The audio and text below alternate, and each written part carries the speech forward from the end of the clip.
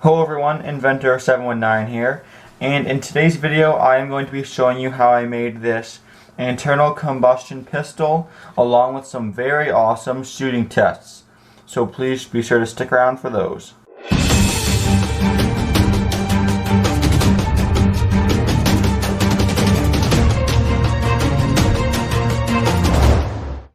Now, some of you guys who have been watching my videos for a while may be asking yourself why I made another axe and sparking gun.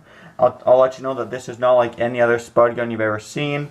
This is a very new design. As you can see, the one up here is your pretty standard issue design. I made this on one of my older videos. You basically just spray the gas in the end, right here in the reservoir. Then by clicking the piezo sparker, it ignites the gas and will fire whatever you put in this little copper barrel. This gun, on the other hand, works on the principles of an internal combustion engine. To help explain why I decided to go with this design, I quickly made up a sketch here of how an internal combustion engine works. Basically, there's 4 strokes as seen here.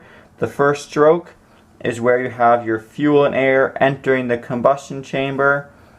Then, as you can see here, this little T is the piston, which gets pushed up by the crankshaft, and as you can see, compresses all your little air and fuel bubbles here. And then this little triangle is the spark plug, and when it's turned on, it will ignite the air and fuel, causing an explosion, which forces the piston downwards like a little grenade, which of course in turn spins the crankshaft yet again. Then on the next upstroke, the piston will push all those exhaust gases out of the valve for exhaust, and it will repeat. And that is how your engine works. Sorry for that little science lesson, but I think it's important that I showed you for you to understand why this is such a beneficial improvement over one of my old versions, such as a non-compressing one, which simply the mixture stays in here. And similar to an internal combustion engine, we are going to be utilizing compressed mixture of air and fuel, the fuel of course being this axe body spray, because when it is compressed, as seen in my drawing, the molecules are going to be closer and closer together, which when you ignite the sparker means that the ignition will be a lot faster and more powerful due to the molecules being closer together and the ignition temperature being higher.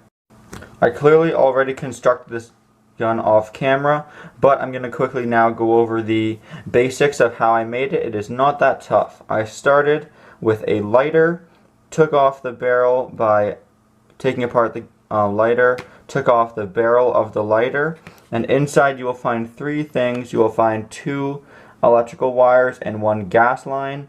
All you can do is cut off the gas line, and then the 2 electrical wires are what will be sparking when you pull the trigger. This one doesn't have a safety, so you literally just pull the trigger for the spark. And then what you do is each line, wrap it around the very metal tip of a thumbtack or push pin, whatever you call them, and then put hot glue on the bottom of the push pin before pressing both of them into the side of a large syringe. A squeezing like ketchup bottle may work, but if you can source one of these large syringes, I would recommend that. And then the key, when you put them in, as you can see, leave maybe 1/8 of an inch or 2 to 3 millimeters apart from the very tips, so that when you hit your sparker, you can clearly see a little spark. Then of course I mounted, for easeability and functionality, I mounted the syringe on top of my lighter, makes it look like a little pistol. Then for a barrel, I simply put some hot glue around the end of the syringe. The syringe tip only goes to about here. I wanted to extend the barrel, so I got a 3-inch piece of just tubing. Any size will work depending on what you want to shoot. In today's video, we're going to be shooting some corks. So as you can see, when I put the cork in the end of the barrel and go ahead and press the syringe, I'm actually pushing pretty hard right now, and it's just springing back, meaning that I've created an airtight seal, which is obviously required for being able to compress the gases in your ignition chamber. So without further ado, let's get to the shooting tests. So to operate this pistol, you must follow the steps very similar to the engine diagram you saw before. So the first step, take out the plunger, which is kind of like the piston, I guess you may say. And then take your fuel. I'm using this little thing of Axe that doesn't smell that good in my opinion. And you're going to go ahead and put a very little bit in the back, just like that. No need to rush, because right now it's mixing with the air. And then you're going to just slightly insert the plunger as you see there. And then get a piece of ammo, or a cork in my case, that will clog the end to make a airtight seal from your piece of ammunition to your piston.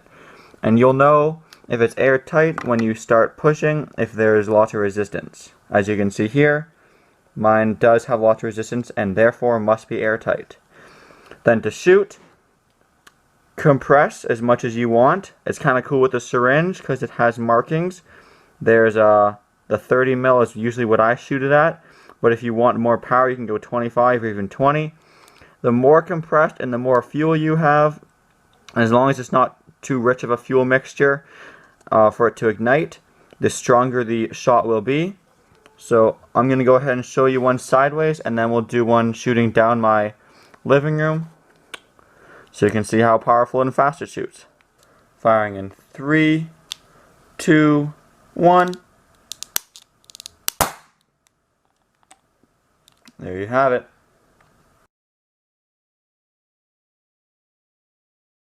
Here we go for the shooting test now. For distance and power, we're going to be shooting at those two boxes on top of that big box, way down there at the end of my hallway. This should give you a good idea of velocity and power. It's not the most accurate thing in the world, as there's no barrel, it's more of a cork gun. But I went ahead and loaded it, so right now there's air and fuel. So once I compress it and pull the trigger, it should fire. So here we go, first shooting test. Alright, I'm going to go ahead and compress it now as much as I can. Alright, right about there. And let's go ahead with the shooting test. Firing in 3, 2, 1. I missed, let's try again. Shooting test number 2. Let's try and hit the targets this time. Here we go, all the way compressed. Firing in 3, 2, 1. A bit high again. Hopefully you guys can see how fast they're going. Basically, as soon as I hit the trigger, they're hitting that wall over there, probably a solid 20 feet away. I'm going to do one more live shooting test for you guys. Take out the barrel, plunger, sorry. Toss some gas in there. Put the plunger back in. Cork in the end of the barrel, and let's go ahead and shoot that target. Alright, here we go, final test. Let's try and hit him this time. Firing in 3, 2, 1. Alright, I actually hit the door frame and ricocheted off of it. Hopefully you guys could see that. Or at least, if not, get a good idea of how powerful this thing is. Just in case you didn't see the corks fly, I can show you real quick. Here is my target over here. There's one cork, there's two cork, and the third one is laying around here somewhere. But thanks for watching, everyone. Hope you enjoyed this new innovative style of pistol. I haven't seen anything like it before. I don't know if you guys have either, but I really hope you enjoyed the video, and thank you very much for watching. If you did like this innovation and type of project, please let me know, and please subscribe for more awesome videos. As always, please like, comment, and subscribe. Thanks for watching. Hey guys, hope you enjoyed the video. Do me a favor and click that big red subscribe button right there. And also, check out some of my other videos by clicking the links on the screen.